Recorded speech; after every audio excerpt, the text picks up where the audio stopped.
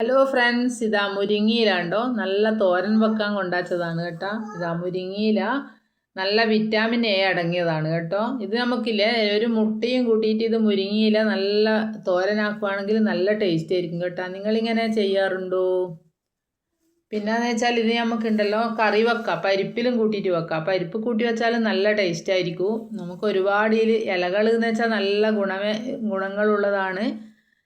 ഇല നമ്മൾ എങ്ങനെ കിട്ടിയാലും നമ്മളത് ഉപയോഗിക്കണം. ഇല നമ്മളെല്ലാ ദിവസവും നമ്മളെ ശരീരത്തിൽ എത്തുവാണെങ്കിൽ അത്രയും നല്ലതാണ്. മുരിങ്ങയില, പിന്നെ കുമ്പളത്തിൻ്റെ ഇല എല്ലാം നല്ല തോരനാക്കാനും എല്ലാം നല്ലതാണ് കേട്ടോ.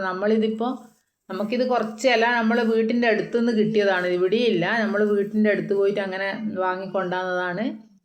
അവിടെയെല്ലാം അത്രയേ ഉള്ളൂ. നമുക്ക് ഇങ്ങോട്ടെല്ലാം ഈ ഇല കുറച്ച് കുറവാണ്.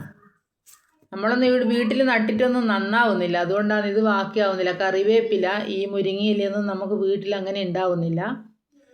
അപ്പോൾ ഇത് നമ്മൾ നല്ല അടിപൊളി തോരൻ വെച്ചിട്ട് നമ്മൾ വീഡിയോയിൽ കാണിക്കാം.